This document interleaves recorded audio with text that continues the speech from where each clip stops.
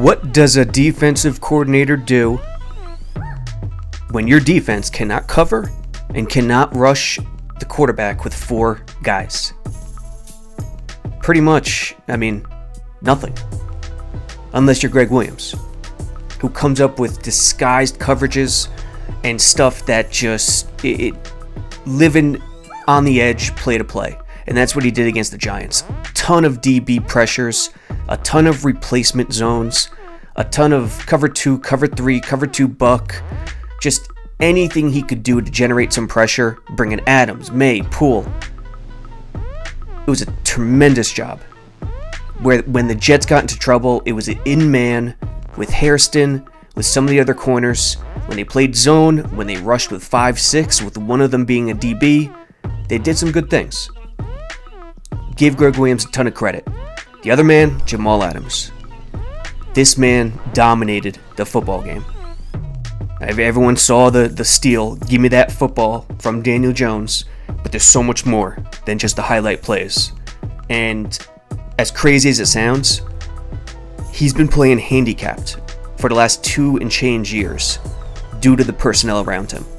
If this man had a legitimate 4-man pass rush, forget about it.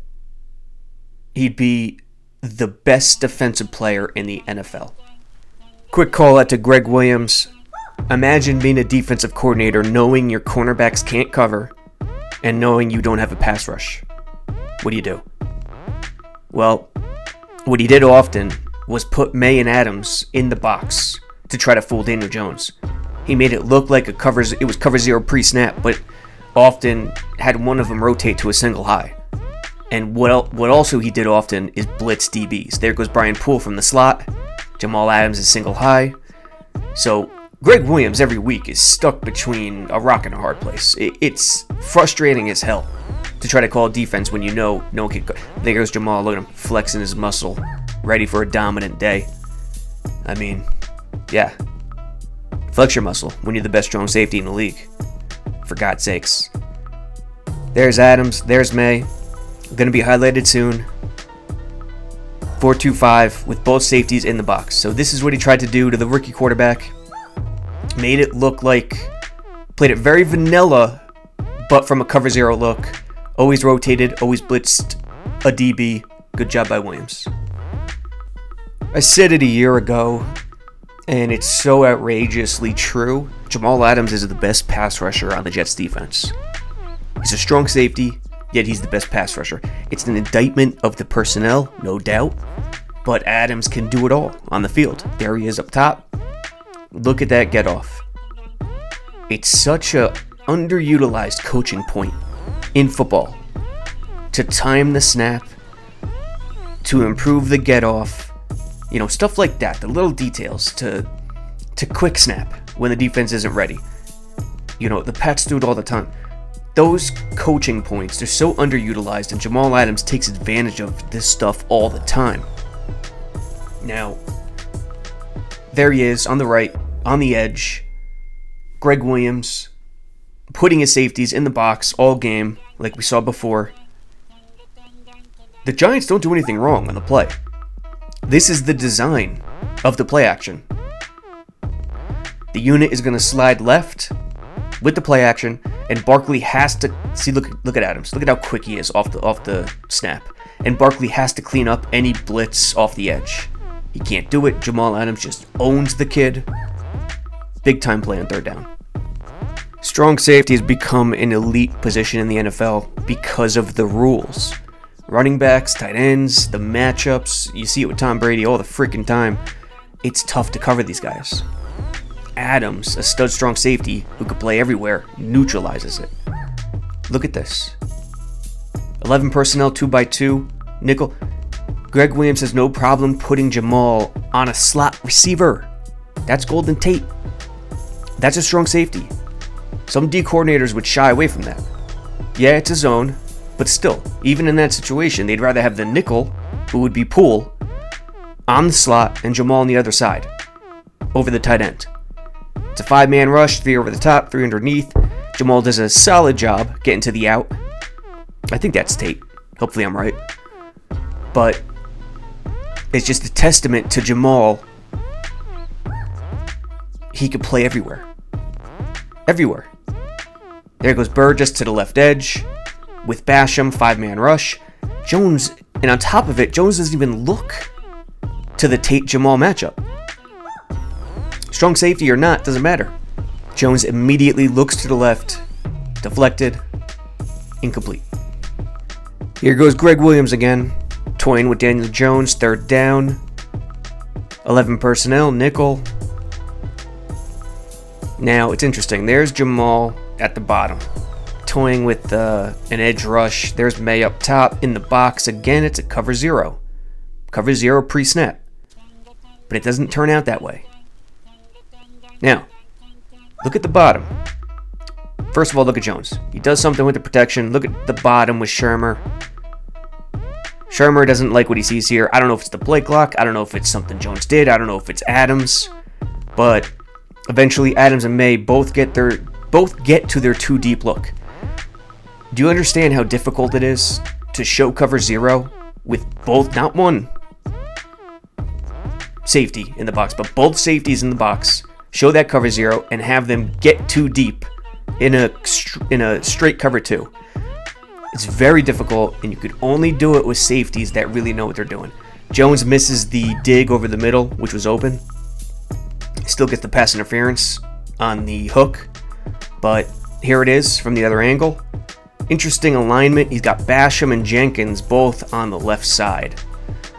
So he's trying to overload the 4-man pressure on the left side. It's only a 4-man rush. There goes Adams to the deep half. And it's just a testament to what Gregg Williams did. It worked for a little while until the coverage completely broke down. Not all strong safeties, most of them, can't really cover at an elite level in the NFL. It's tough. It's difficult, especially if it's a receiver. Here's a 3-4 goal line, 2 deep goal line situation where Jamal's going to take the deeper of the 2 guys, and that's a wideout. Most strong safeties will drift, not Jamal. Sharp angle, flat, inside hand, ready to deflect the ball and undercut the outer corner, whatever you want to call it. But it's a really flat angle, and Jamal's right on it. That's tremendous coverage from a strong safety in any look, really. And then he shadows him the whole time. Slayton scores, but not because of Adams. There he is. Sharp cut. Just tremendous coverage from the president, number 33. You know, the Jets did a really terrific job early in the game, confusing Daniel Jones. More of the same concept, where both May and Adams are in the box toying around with Jones's mind. There they are. This time May is threatening the edge while Adams is a little outside the box, almost in a lurk. 11 personnel. There goes May to the deep middle. And it turns out to be a cover 3 with the corner, the free safety, and the strong safety as the deep thirds. Hard flats, 2 mid-zone coverages. And this was what we saw pretty much all, first quarter, pretty much all first half, until they started going man and started to yield separation from the Giants' weapons. But, give Williams a lot of credit. He dug deep. He came up with a nice game plan that really worked wonders on Jones early. On this 3rd down, he had to go underneath, and the Jets stopped it. 4th and 1, 14-13 game, and we finally get to some Jamal Adams rush defense. It's a little unconventional, 13 personnel. We're not going to see much there. Giants should be ashamed of themselves. Jets still have a nickel defense on. It's a 3-3-5. There's Jamal. See everyone pinch down. 3 technique, 2 technique. Look at Jamal. Times it perfectly. I mean, that's just superhuman stuff. Who's this guy? Gumby? Times it perfectly. Wraps up Daniel Jones. Sends him backwards. Huge stop by the Jets. Jamal Adams could do everything, but his bread and butter is run support. This man is an animal when defending the run. And he could do it in a variety of ways. Forget just making the tackle. He could set the edge better than any strong safety in the league. There he is up top, toying around in the box. Jets have a single high, deep 3 look. There he comes on the blitz, off the edge. Flies in the air like Superman, makes the tackle on Saquon. There he is to the right of the screen. 4-2. Now notice Jordan Jenkins' alignment here. Because it's a design blitz, Jenkins is in the 7, just inside the tight end, and Adams will come off the edge. This could work against a run or a pass. There he goes. Quick hitter to Saquon. At this point, most normal human beings will not be able to get to Saquon Barkley. Jamal Adams isn't a normal human being. He gets there, makes the tackle. Good defensive play. More Gregg Williams toying with Daniel Jones's not fragile emotions, but rookie emotions. Gun. 4-2-5 nickel, and there they are. The best safety duo in the league in the box, toying with the edge. There goes Jamal up top to the line of scrimmage. There goes Marcus May, and the rotation's on. May comes on the blitz, continuing the trend of DB blitzes, and Jamal goes to the single high. This was the game plan.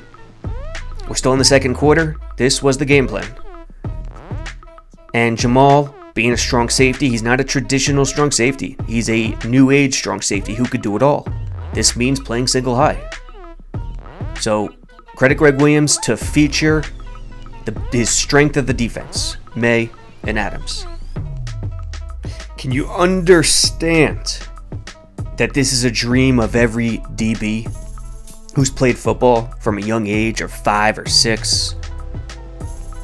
The night before a game, it's a dream to go up to an offensive player, rip the ball out, and take it the distance. Take it to the house. No matter the stadium, no matter the player, quarterback, running back, doesn't matter. It's a dream. And Jamal freaking Adams put forth that dream against Daniel Jones and the Giants. Here he is coming on blitz, a 6-man pressure. Give me that. Takes it. No one's catching him. This was, early in the second half, such a critical play in the game. Giants with a bunch, almost a bunch with the tight end. 3-3-5 nickel. There's Jamal. Another DB blitz from Gregg Williams. Another one. A 6-man pressure. Tight end, max protect. Tight end and running back stay in. There's Jamal. Of course, Saquon can't block him. It was a narrative, a theme of the whole game. And Adams will do the rest. Give me that ball. And fall down. And then on Twitter after the game, you saw what Jamal did. Put up the sponge. I never saw SpongeBob. That was out of my wheelhouse. I grew up with the Bugs Bunny. Give me that football.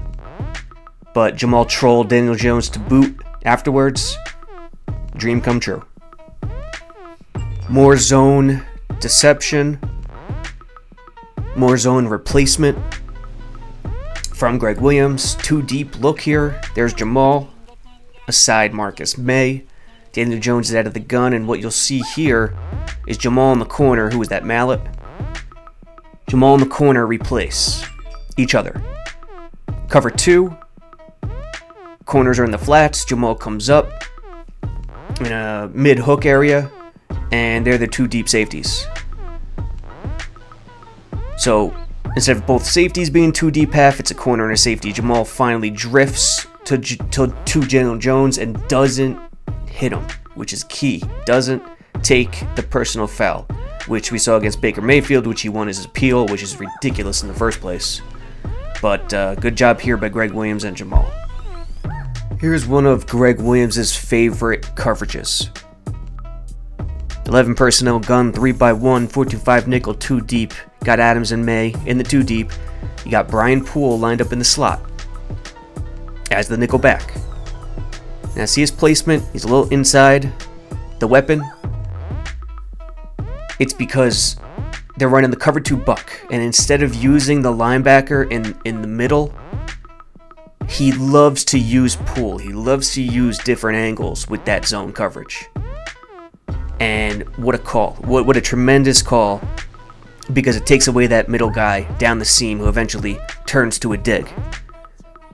If you watch the coverages the rest of the way, watch Gregg Williams use Poole in this manner instead of using a linebacker, Copeland, Burgess, who really shouldn't be out there, but they are due to injuries.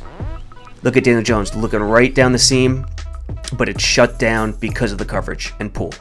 For Jamal Adams, it was the same story on Sunday, really.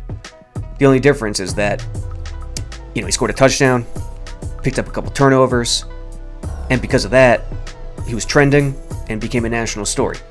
But game in, game out, for the most part, he's an absolute stud. For Gregg Williams, great job. And watch this final play. Adams, boom, cleans it up. His motor is always high. He's just an animal all over the field all the time. For Gregg Williams, it's an impressive coaching and play calling output. It won't get the nationwide recognition due to the Giants scoring the points they did, Daniel Jones putting up 4 touchdowns. But for those who understand what Gregg Williams is working with, legitimately one of the worst coverage corner groups in the league, and legitimately one of the worst 4-man conventional pass rushes in the league, it is so impressive. What he pulled off Sunday, it was really, really impressive. And you could see it too. They're developing a personality. Because they're so handicapped, Gregg Williams is now using May and Adams to anchor the defense, to feature the defense, even throw Brian Poole in there.